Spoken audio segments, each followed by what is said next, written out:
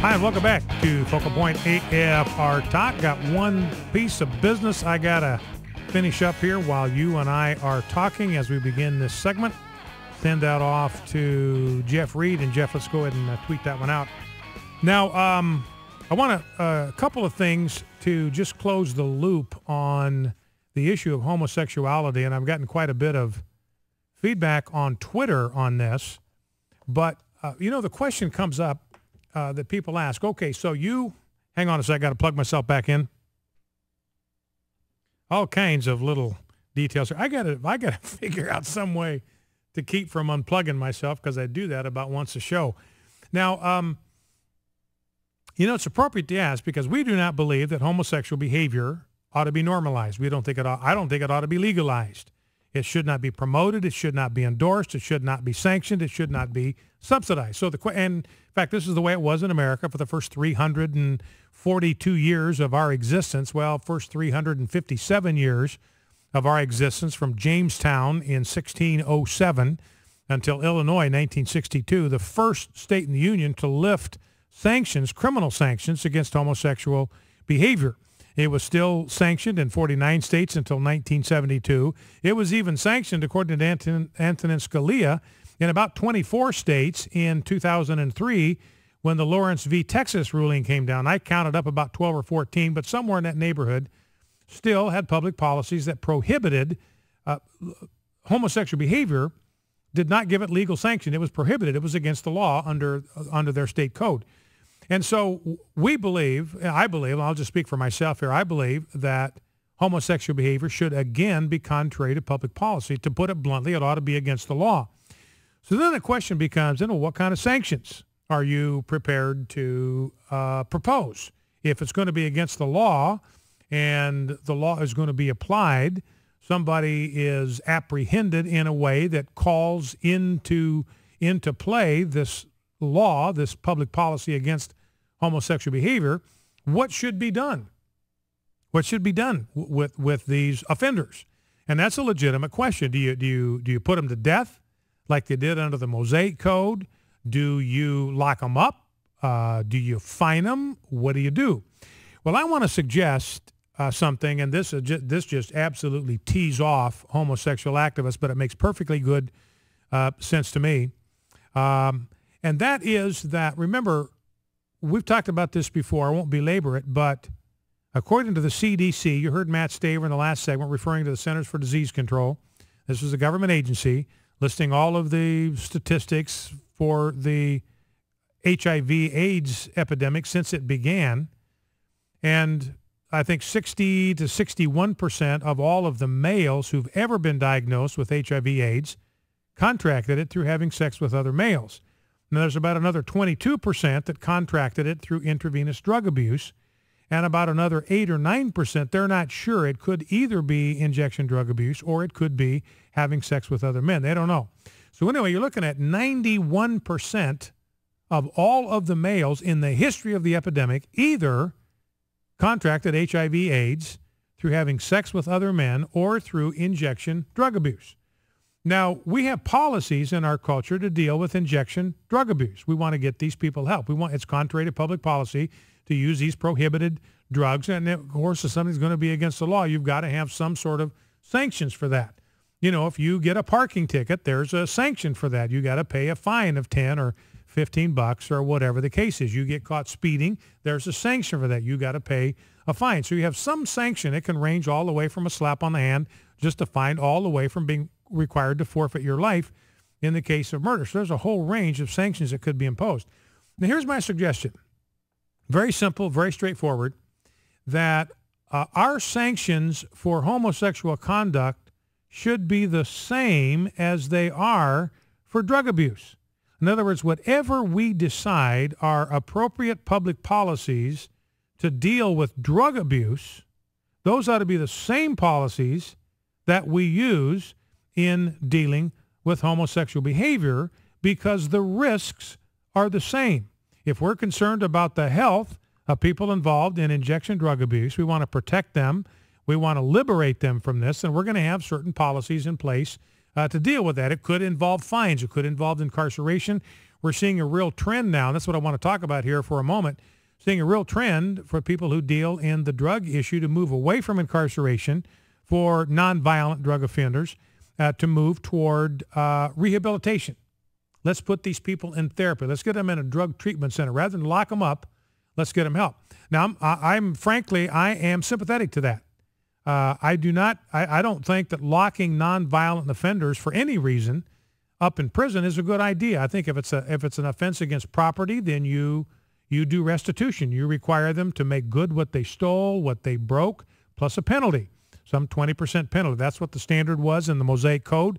You committed a crime against property, then you would have to repay the value. You'd have to restore, make restitution, make the victim whole, and there had to be a penalty on top of that. That was the sting, is the fine. It might be 25% and up for as a penalty. That was the sanction for a crime against property, but you didn't lock them up. So I'm not in favor of incarceration for nonviolent drug offenses, but there has to be some sanction. It could be a fine, but increasingly people are turning to therapy, to rehabilitation.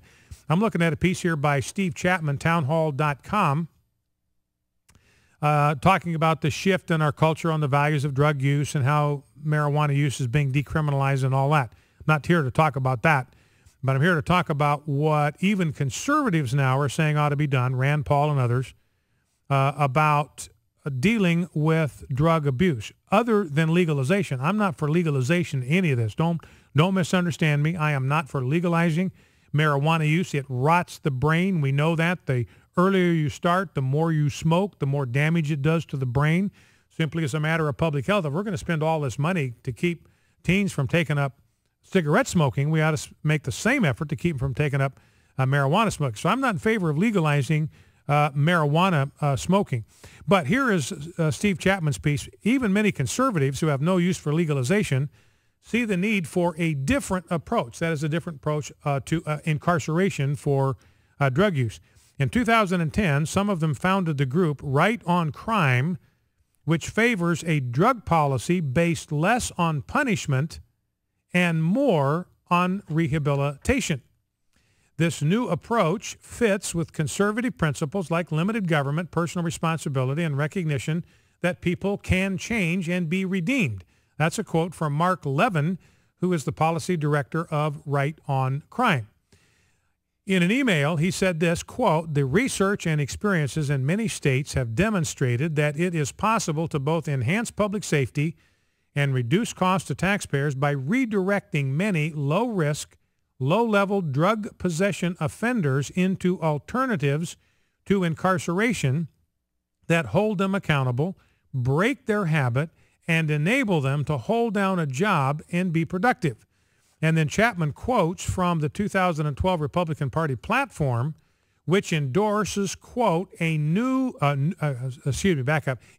quote, new approaches to curbing drug use and diverting first-time offenders to rehabilitation. Now, here's what I'm getting at. I'm not talking here about legalizing drugs. I'm not trying to get into that issue at all. What I'm talking about here is taking the same policies that we use for drug offenders, because we know it destroys people, it hurts them, it damages them. And since the same health risks exist with homosexual behavior, then it seems to me we ought to take the same policies and apply them to homosexual conduct, that we ought to direct people toward rehabilitation as an alternative to incarceration. Let's not lock them up. Let's get them therapy. Let's get them help. You know, I mentioned Nicholas Cummings, former president of the American Psychological Association. He said, look, it works. Conversion therapy, reparative therapy, whatever you want to call it, it works. If people are motivated, they can change. They can redirect their sexual energy. So imagine now if we replaced the words about drugs here with homosexuality, and here's what I'm suggesting. Here's the direction that we would go. Again, just taking Steve Chapman's piece as a template and then substituting where appropriate. Even many conservatives who have no use for legalization, that is, of homosexual behavior, see the need for a different approach. In 2010, some of them founded the group Right on Crime, which favors a homosexual policy based less on punishment and more on rehabilitation. This approach fits with conservative principles like limited government, personal responsibility, and recognition that people can change and be redeemed. Classic conservative principle. People are capable of change. The research and experiences in many states have demonstrated that it is possible to both enhance public safety and reduce costs to taxpayers by redirecting many homosexual offenders into alternatives to incarceration that hold them accountable, break their habit because there is something addictive about the homosexual lifestyle, and enable them to hold down a job and be productive. And then if we were to retool the GOP platform, it would read this way: we endorse new approaches to curbing homosexual conduct and diverting first-time offenders to rehabilitation. So that is my suggestion for public policy, is that we follow the lead of those that are working to help people lick lick drug-dependent behavior. And one other item, mentioned this before, but there is a new ordinance in Los Angeles County that requires actors in porn movies to use protection. If they don't use protection in filming a scene, they will be violating the law. They will be subject to a penalty, to a fine, and even to time in prison. Now, here's my point, or time in jail. Now, here's my point, and they're doing it for health reasons. I mean, the organization behind that law, that ordinance, is the AIDS Healthcare Foundation.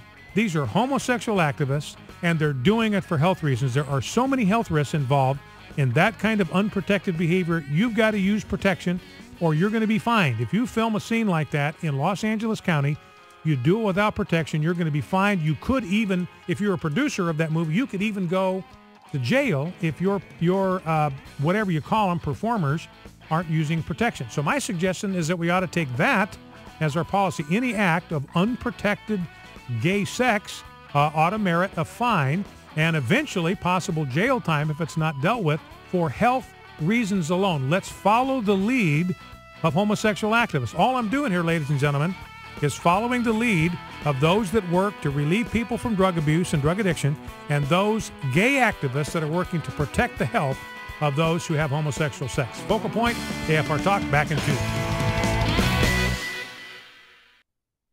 We in Australia invite you to